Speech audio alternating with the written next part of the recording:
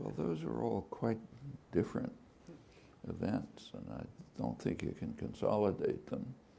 Uh, Over time, there has, history doesn't just go in a straight line. There's progress, there's regression, and they're often in parallel. So say take the last, say, 50, 60 years in the United States. There's been significant progress in developing a more peaceful and just and equitable society. Probably the most dramatic example is women's rights. Totally different from what it was 50 or 60 years ago.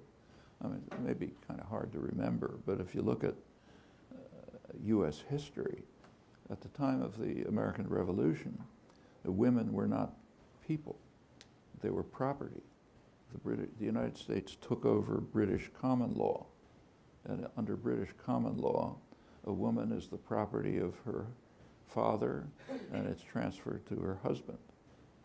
So, for example, one of the arguments against giving women votes was that it would be unfair to unmarried men, because a married man would have two votes, since obviously the property votes the way the owner votes. Well, that was U.S. law. If you look at the chipping away of this, it literally was not until 1975 that this principle was abandoned. In 1975, the Supreme Court ruled that women have the right to serve as peers in federal juries. Peer means a person just like you. Okay, that goes back to Magna Carta in the 13th century. Women were accepted as peers legally in 1975. That was part of a major change that's taken place in American culture since the 1960s, one of the main outgrowths of 60s activism. And there are plenty of other things like it.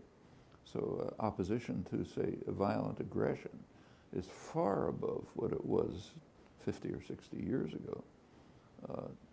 Take, say, Kennedy's invasion of South Vietnam.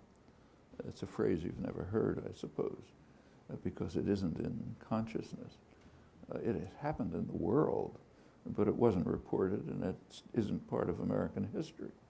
In 1962, Kennedy sent the American Air Force to start bombing South Vietnam, authorized chemical warfare to destroy crops, so to drive the people out of the countryside, began big programs to concentrate people in what amounted to concentration camps to prevent them from supporting the guerrilla movement, which was overthrowing the U.S. installed government.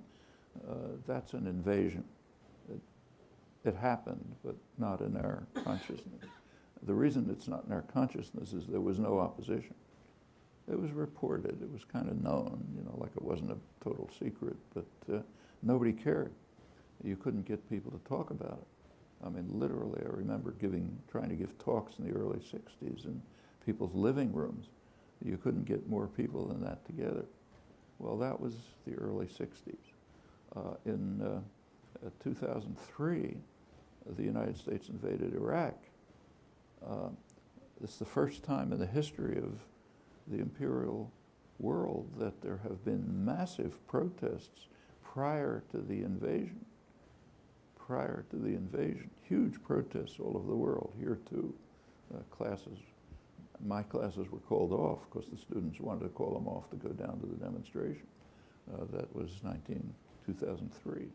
Well, it didn't end the war, but it limited it. It's often believed that the demonstrations didn't do anything. That's a mistake.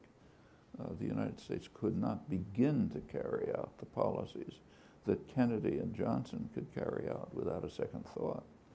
It was bad enough, but it wasn't B-52 bombing of heavily populated urban centers. It wasn't chemical warfare to destroy crops.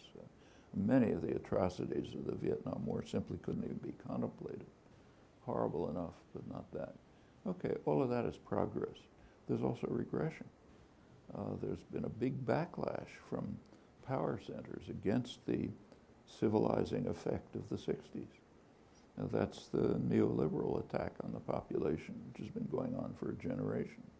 That's why, real wages, real for male workers.